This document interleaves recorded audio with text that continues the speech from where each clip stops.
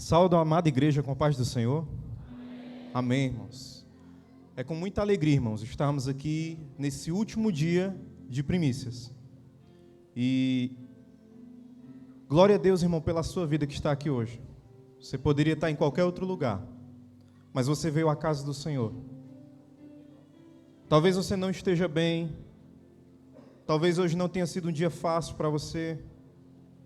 Talvez hoje você deve ter tido algum tipo de perca, mas você está no lugar certo. Você está no lugar certo. Amém? E durante essa semana, de segunda a domingo, nós viemos falando sobre os milagres de Jesus. E é um assunto muito importante falar sobre os milagres de Jesus. Por quê? Porque quando Jesus opera algum milagre, Ele está mostrando que Ele é Deus. Quando Jesus operava algum milagre, Ele não operava, Ele não fazia só por fazer. Ele tinha uma razão, mostrar para aquelas pessoas que Ele era o Filho de Deus, enviado ao mundo para o perdão dos nossos pecados. Irmãos, para você que está chegando hoje, definição de milagre é um acontecimento extraordinário, incomum ou formidável, que não pode ser explicado pelas leis naturais. Em outras palavras, é um sinal ou indício de que há uma interferência divina. Nessa semana, irmãos, nós ouvimos muito sobre esses milagres de Jesus. E só há milagres em Jesus. Ser humano nenhum pode fazer nada por si mesmo quando se trata de milagres. Milagres só em Cristo. Fora de Cristo não há milagres. Por quê? Porque para constituir um milagre tem que haver uma intervenção divina. Fenômeno é uma coisa diferente. Fenômeno o homem é capaz de fazer. Tinha lá o Ronaldo, o fenômeno. Ali é quando a pessoa tem uma capacidade maior do que outras para fazer algumas coisas. Mas ele pode ser ultrapassado por outro. Milagre não. Milagre só um faz. Só um pode fazer. Então nós falando sobre os milagres de Jesus hoje, nós chegamos à cura do paralítico de Cafarnaum. A cura do paralítico de Cafarnaum.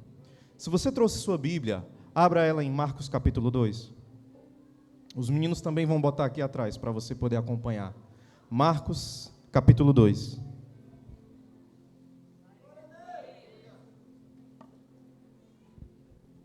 Beber uma aguinha que eu vou precisar, né? Marcos capítulo 2, a partir do versículo 1, irmãos. Dias depois, quando Jesus retornou a Cafarnaum, a notícia de que ele tinha voltado se espalhou rapidamente. Em pouco tempo, a casa onde estava hospedado ficou tão cheia que não havia lugar nem do lado de fora da porta. Enquanto ele anunciava a palavra de Deus, 4 homens vieram carregando um paralítico numa maca. Por causa da multidão, não tinha como levá-lo até Jesus. Então abriram um buraco no teto, acima de onde Jesus estava. Em seguida baixaram o homem na maca, bem na frente dele. Ao ver a fé que eles tinham, Jesus disse ao paralítico: Filho, seus pecados estão perdoados. Alguns dos mestres da lei que estavam ali sentados pensaram: o que ele está dizendo? Isso é blasfêmia. Somente Deus pode perdoar pecados. Jesus logo percebeu o que eles estavam pensando e perguntou: por que vocês questionam essas coisas em seu coração? O que é mais fácil dizer ao paralítico: seus pecados estão perdoados? Ou levante-se, pegue sua maca e ande. Mas eu lhes mostrarei que o Filho do Homem tem autoridade na terra para perdoar pecados. Então disse ao paralítico: levante-se, pegue sua maca e vá para casa. O homem se levantou de um salto, pegou sua maca e saiu andando diante de todos. A multidão ficou admirada e louvava a Deus, exclamando: nunca vimos nada igual. Feche os teus olhos, irmãos. Feche os teus olhos. Senhor Deus e Pai, nessa noite, Senhor, eu quero te pedir que a Tua palavra, Senhor, invada os corações. Senhor, eu não te peço, Senhor, por mim, porque eu nada posso fazer, Senhor. O que eu te peço, Senhor, é usa-me, Senhor, para que a Tua igreja compreenda a dimensão, Senhor, da Tua graça, do Teu amor, e que a Tua igreja, Senhor, possa ser curada, Senhor, onde quer que haja necessidade. Espírito Santo, eu te peço, faça-se presente em toda essa ministração, meu Pai, e que Tu possa tocar, Senhor, o coração, Senhor, daquele e daquela, Senhor Jesus, que está aqui nessa noite, e que Tu possa fazer, Senhor, aquilo que eu não posso fazer, que Tu possa ir, Senhor, aonde eu não posso ir, ó Deus. Em nome de Jesus, Senhor, eu te entrego a minha vida e a vida deles em Tuas mãos, em nome de Jesus. Irmãos, quando eu estudei essa palavra, existem pontos muito importantes nesse texto que até então eu não tinha percebido. Então eu vou explicar algumas coisas para vocês. Primeiro, irmãos, onde Jesus estava? Cafarnaum. Alguns teólogos dizem que Cafarnaum foi um tempo a terra onde Jesus morou. E, irmãos, onde Jesus andava, haviam muitas pessoas. Haviam muitas pessoas. Eu estou olhando para vocês e estou imaginando como Jesus estava naquela casa, exatamente assim. Jesus nunca esteve sozinho. Quando ele tentava ficar sozinho, logo aparecia uma multidão. Teve um momento que ele queria ficar sós com seus discípulos para descansar, irmãos. E ele não pôde, porque a multidão sempre estava ali próxima. Por quê, irmãos? Irmãos, se hoje nós adoramos a presença de Deus, nós nos derramamos e choramos na presença do Espírito Santo, quem dirá Jesus estando aqui, irmãos? Irmãos, tente imaginar a solução para todos os teus problemas, estando dentro de uma casa, próximo da sua casa. Imagine-se agora que Jesus estivesse lá em São Paulo. Irmão, você faria de tudo para estar lá. Se você tem um problema que só Ele pode resolver, eu tenho certeza que você faria de tudo para estar onde Ele está. Então, irmão, Jesus estava sempre lotado de pessoas. Não havia espaço para outros. Tinha gente demais. Porque Jesus, irmão, era a solução para os problemas das pessoas. Jesus era a salvação que Deus prometeu. Jesus era uma pessoa que veio para revolucionar, irmãos. Mesmo aqueles que não criam nele, os fariseus e mestres da lei, todos eles estavam próximos, eles queriam ouvir aquelas palavras, porque aquilo ali estava produzindo nas pessoas mudança, aquilo estava mudando naquela época, então todo mundo queria estar perto dele. Onde quer que ele fosse, as pessoas iam, as pessoas seguiam, mesmo aqueles que não estavam com ele. Não era fácil, irmãos, chegar perto de Jesus, não era fácil. E aí, irmãos, a Bíblia diz que tem um cara paralítico, e vem 4 pessoas trazendo ele. Irmãos, a partir daqui, eu já começo a te perguntar, quem são os teus amigos de verdade? Eles são capazes de carregar você? De suportar você? Seus amigos de verdade se dispõem a te levar para perto de Deus? A gente chama de amigo muitas pessoas. No meu Instagram eu tenho umas 1.200. Se eu posto uma foto, 90 curte. Onde estão os outros? Seus amigos não são as pessoas que estão no rolê com você. Seus amigos não são as pessoas que te visitam quando você tem condições, quando você pode emprestar alguma coisa, quando você pode dar alguma coisa. Seus amigos não são essas pessoas. Seus amigos são aqueles que te carregam quando você não pode andar.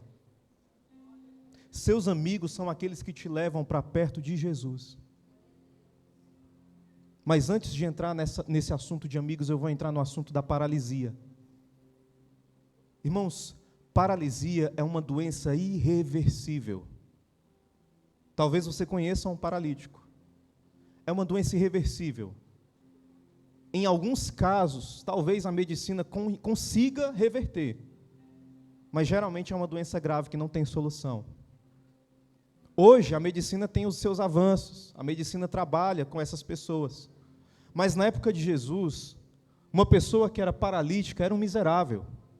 Na época de Jesus, quem era paralítico não podia trabalhar, não tinha como se sustentar, não tinha como se manter. Era um miserável deixado à beira do caminho. Na época de Jesus, os paralíticos não tinham cadeira de roda. Na época de Jesus, os paralíticos não tinham rampa de acesso. Os paralíticos eram pessoas miseráveis, vivendo à míngua. Tanto que Davi resgata Mefibosete, que é filho de Jonatas, porque ele também ficou paralítico.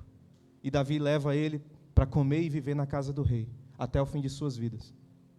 Então, irmãos, a paralisia é uma doença grave, que pega muitas pessoas. Umas por acidente, outras, infelizmente, nascem com essa enfermidade. Mas trazendo para o âmbito espiritual, quantos crentes não estão paralisados? Quantos crentes uma hora voavam nas asas do Espírito Santo? Quantos crentes trabalhavam para Deus e viviam para Deus e tinham uma vida dedicada à obra do Senhor e paralisaram? Tem pessoas que não conseguem mais sair do mesmo lugar, pararam definitivamente. A paralisia espiritual estacionou, acabou com alguns ministérios. Algumas pessoas não se levantaram mais, caíram e ali ficaram. Eu quero dizer para você, hoje é noite de salvação. Hoje é noite de você voltar a andar. Irmãos, o primeiro obstáculo foi carregar o paralítico até Jesus. Eu trabalho no hospital. Uma vez uma jovem desmaiou lá e eu tive que segurar com outro cara. Irmãos, uma pessoa sem forças, ela pesa. Não se engane, não. Pode ser uma pessoa bem magrinha. Se ela desmaiou, ela pesa, irmão. Então, o primeiro obstáculo que os 4 amigos tiveram foi com o peso do próprio paralítico. Eles tiveram essa dificuldade. Tanto que 4 precisaram levar ele. Quando eles chegaram, eles viram a multidão e não tinha como levar ele até Jesus. Não tinha, não dava. Tentaram para um lado, tentaram para o outro, não tinha solução. Eles poderiam ter desistido. Talvez o paralítico quis desistir. E eles pensaram, o que vamos fazer? O que vamos fazer? Tiveram uma ideia de ousadia. Vamos subir ao telhado e descer ele pelo teto. E eles assim fizeram. O que é que nós aprendemos com isso? Que para resgatar uma alma, para resgatar uma vida, para ajudar o seu irmão, não existe desculpas. Não existe desculpas. Leve o seu irmão nas suas costas se for necessário, mas leve ele até Jesus. Leve aquela pessoa que Deus tem colocado na sua vida, leve ele até Jesus, leve ela até Jesus. Não coloque empecilhos e não coloque obstáculos. Se o mestre está ali, então leve aquela pessoa até o mestre. Se ela não pode andar, carregue ela. Prove que na angústia o amigo se torna um irmão. É isso que a palavra diz. O seu amigo, na sua angústia, ele te levará de volta para Cristo. O seu amigo verdadeiro sempre te levará, sempre irá querer que você esteja com Cristo. Não se engane, seu amigo é aquele que te leva para perto de Jesus.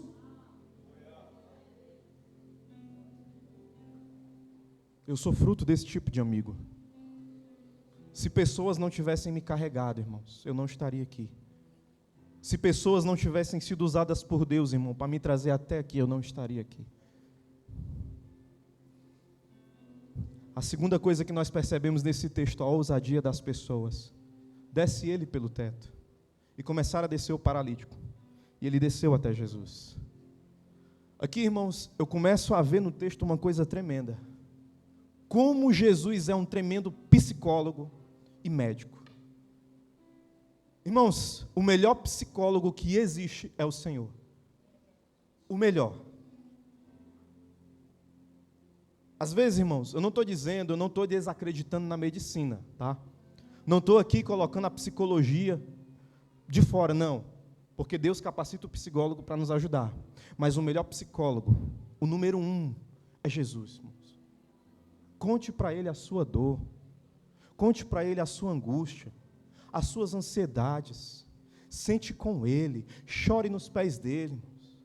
Irmãos, eu me lembro de momentos com Deus tremendos, irmãos, em que eu chorava e chorava e chorava e parecia que Ele estava ali me consolando, e Ele estava mesmo.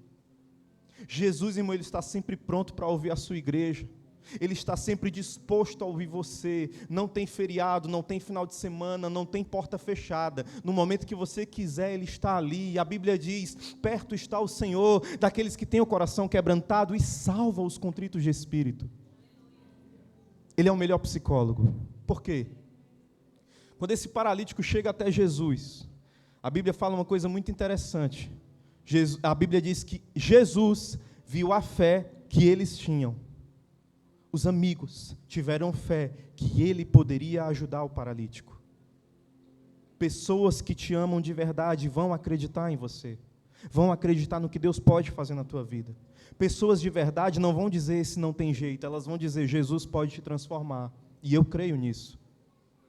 Pessoas de verdade estarão ao seu lado, te levando até Jesus, e crendo e acreditando em você, irmãos, quando você não acreditar mais.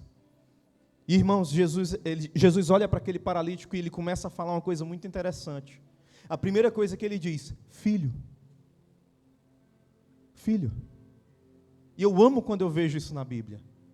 Porque quando Jesus chama ele de filho, irmãos, Jesus automaticamente sondou o seu ser. Jesus automaticamente percebeu, talvez aquele homem nunca tivesse sido chamado de filho. Talvez aquele homem nunca tivesse tido uma família, porque a Bíblia diz que quem trouxe foi os amigos. E aí Jesus chama ele de filho, diante de todos, irmãos. Irmãos, isso é o próprio Deus falando com aquele homem. Filho, tem de bom ânimo. Irmãos, antes que viesse Jesus curar a paralisia daquele homem, Jesus sondou a pior doença que ele tinha. E não era paralisia. Quando a gente lê o texto, Jesus diz: filho, tem de bom ânimo, os teus pecados estão perdoados.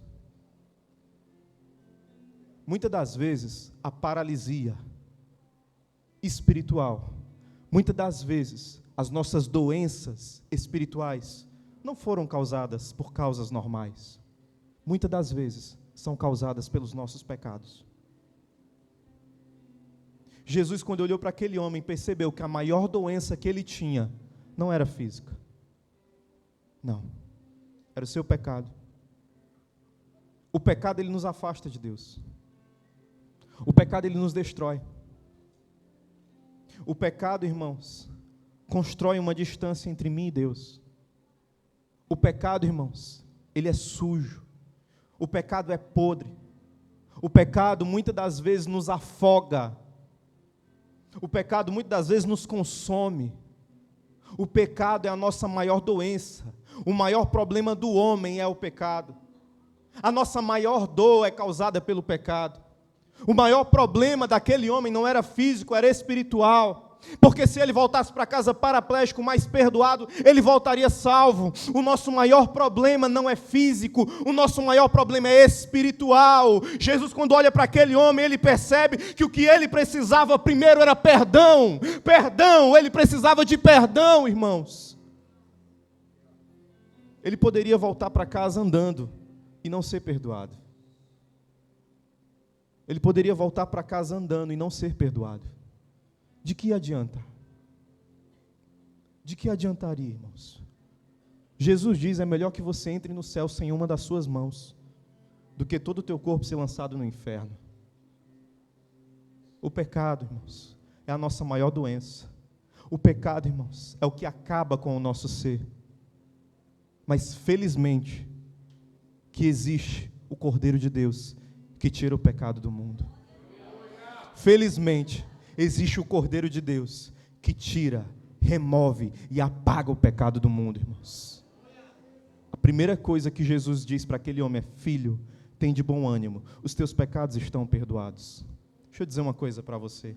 Enquanto eu estudava essa palavra, eu pesquisei um pouco, assisti uma pregação, e o pastor Hernandes Dias Lopes, ele fala uma coisa muito interessante. Para que você entenda que o seu maior problema não é a sua enfermidade física, mas é o seu pecado, perceba essa história. Existia um médico que trabalhou na vida de uma moça chamada Doralice. Essa moça, ela tentou o suicídio, bebeu soda cáustica. E você sabe que se a pessoa bebe soda cáustica, meu irmão, tudo por dentro dela vai corroer.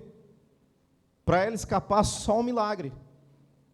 E aí aquele médico foi, trabalhou, cuidou daquela jovem, sarou aquela jovem e depois deu alta para ela. Ela foi embora. Ele se preparou para uma conferência e foi embora. Arrumou suas malas. E quando ele estava arrumando as suas malas, ele recebe uma ligação da família da Doralice. A família dela liga para ele e diz: ei, Doralice se suicidou. Ele deixou as malas de lado, pegou seu carro e foi até a casa de Doralice. Ele viu ela no chão e lamentou sobre o seu corpo da seguinte forma: me perdoe. eu te tratei como qualquer caso da medicina. Eu cuidei do seu corpo, mas não cuidei de você por dentro. Eu não cuidei de sua alma. Me perdoe. Às vezes, irmãos, a gente vai até Jesus achando que o nosso problema está por fora. O nosso problema está dentro. Quantas pessoas estão com a alma ferida? Quantas pessoas estão magoadas, que não conseguem perdoar? Quantas pessoas estão vivendo presas em um pecado sem saber que há solução? Quando você vai até Jesus à procura de cura, Ele mostra a salvação. Foi exatamente o que aconteceu na vida daquele homem. Aquele homem foi procurar uma cura física. Aquele homem foi procurar uma cura física e encontrou uma cura eterna, o perdão de seus pecados, irmãos. O perdão de seus pecados, o maior de todos os milagres, é você poder voltar para a sua casa com os seus pecados perdoados, com a sua salvação, com a sua segurança. A melhor coisa é você voltar para casa, ainda que doente fisicamente, mas vivo espiritualmente.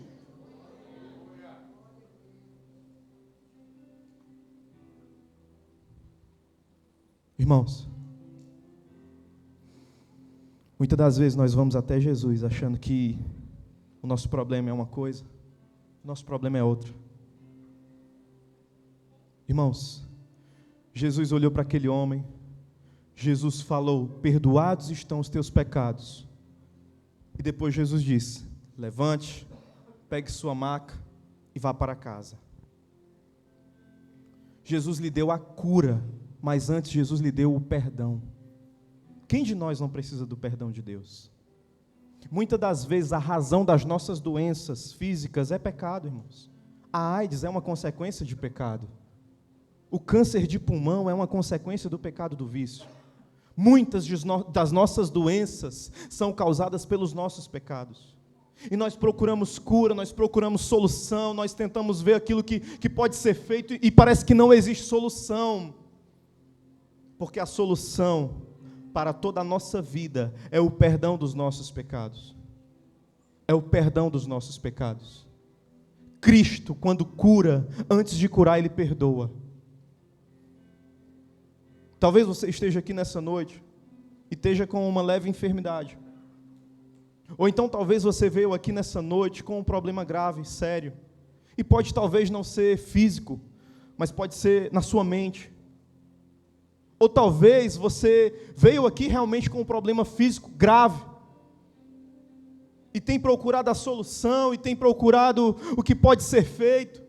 Talvez você tenha recebido até mesmo uma notícia ruim de um médico. Irmãos, o Cordeiro de Deus, que tira o pecado do mundo, está aqui nessa noite. O Cordeiro de Deus, que tira o pecado do mundo, está aqui. E Ele pode curar você. Mas muitas das vezes nós vamos até Deus só querendo a cura e não querendo o abençoador. Não seja assim. Jesus sempre está pronto para perdoar os nossos pecados. Jesus está sempre disposto a nos curar, irmãos. Mas muitas das vezes nós o procuramos pelos nossos interesses. Muitas das vezes nós o procuramos com o coração mal direcionado. Não, irmãos. Se você vem até Jesus com o coração quebrantado e contrito, Ele está pronto para perdoar os teus pecados e sarar a tua ferida. Salmo 51 vai dizer assim: cria em mim, ó Deus, um coração puro. Cria em mim, ó Deus, um coração puro. E renova dentro de mim o espírito inabalável. Davi escreve esse salmo quando ele cai na consciência do seu pecado. Quando ele cai em si e percebe: Senhor, eu tenho pecado contra Ti. Senhor, eu tenho transgredido contra Ti. Muitas das vezes nós vivemos dias e dias sem chorar pelos nossos pecados. Muitas das vezes o tempo passa e estamos na mesma. Muitas das vezes Cristo está pronto para perdoar, mas nós não queremos nos arrepender. Cria em mim, ó Deus, um coração puro e renova dentro de mim um espírito inabalável. Irmãos, quando Davi toma consciência do seu pecado, ele diz: não me expulses da tua presença, e nem tire de mim o teu Santo Espírito. Restitui em mim a alegria de sua salvação e me sustenta com o espírito pronto a obedecer. Então ensinarei os transgressores os teus caminhos, e os pecadores se converterão a ti. Hoje, irmãos, hoje é noite de arrependimento. Hoje é noite de perdão. Hoje é noite de mudança. Jesus está aqui, irmãos.